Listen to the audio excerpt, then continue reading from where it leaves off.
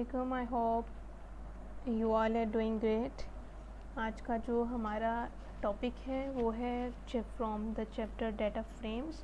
This is the last topic we will discuss today and its columns and data types. Data frame हमने देख लिया, data frame को explore हमने कर लिया।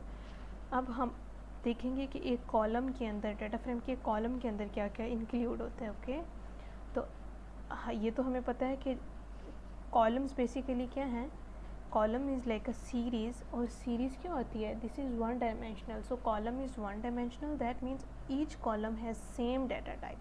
अगर एक कॉलम है एज का, तो ऐसा नहीं है कि उसमें एक की एज होगी 20 तो दूसरे की एज होगी इन अल्फ़ाबेटिक्स में लिखी होगी कि एज है 24, बट इन यूजिंग ABC। तो इसकी जो डाटा टाइप है वो सेम होनी चाहिए। अगर इंटीजर है तो इंटीजर ही रहेगी, अगर स्ट्रिंग है तो पूरे कॉलम की स्ट्रिंग ही रहेगी, अगर बूलियन है तो बूलियन ही रहेगी। I hope you are understanding what I am saying. ठीक है, so every column in a data frame has a data type. ठीक है, common are integer, float and objects. अब डाटा टाइप्स जब हमें पता होंगी तो दैट मीन्स कि हमें कैलकुलेशन करने में आसानी हो जाएगी, हमें कोई एरर नहीं आएगा। ठीक है, so access a column with df call.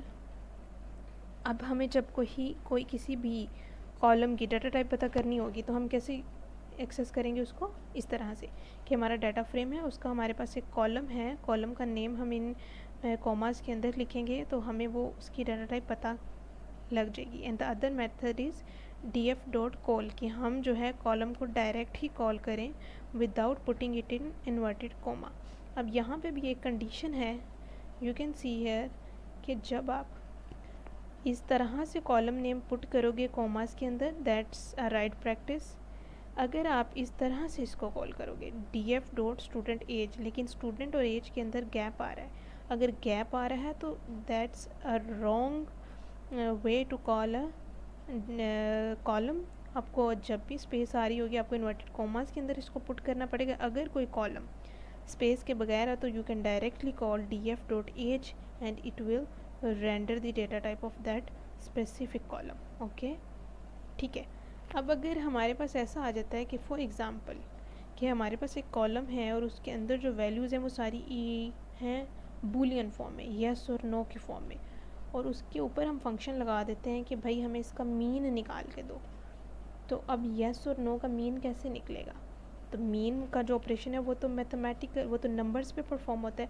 तो इसके लिए अब हम क्या कर सकते हैं कि हम हमारी जो नंबर्स हैं अगर वो स्ट्रिंग की फॉर्म में है और उनकी हम डाटा टाइप चेंज करना चाह रहे हैं इनटू इंटीजर और समथिंग, तो हम कौन सा फंक्शन यूज़ करेंगे? AS type. For your better understanding, we will run an example first, then I will elaborate these terms. Okay, you can see here we have a name column and the other one is age. अब हमने इसको बोला कि भाई print करा दो column as. ठीक है, we will run this code first.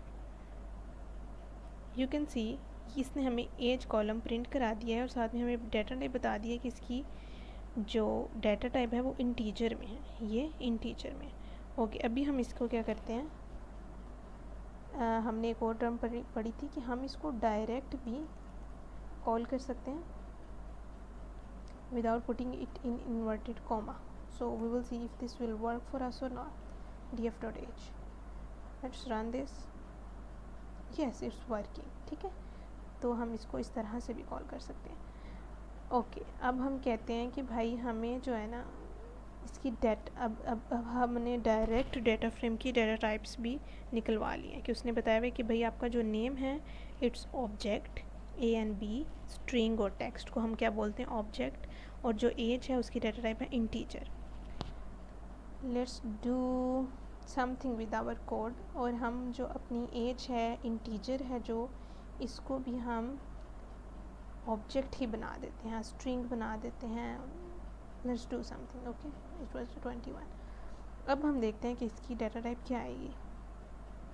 You can see here name भी ऑब्जेक्ट बन गया है और एज भी ऑब्जेक्ट बन गया।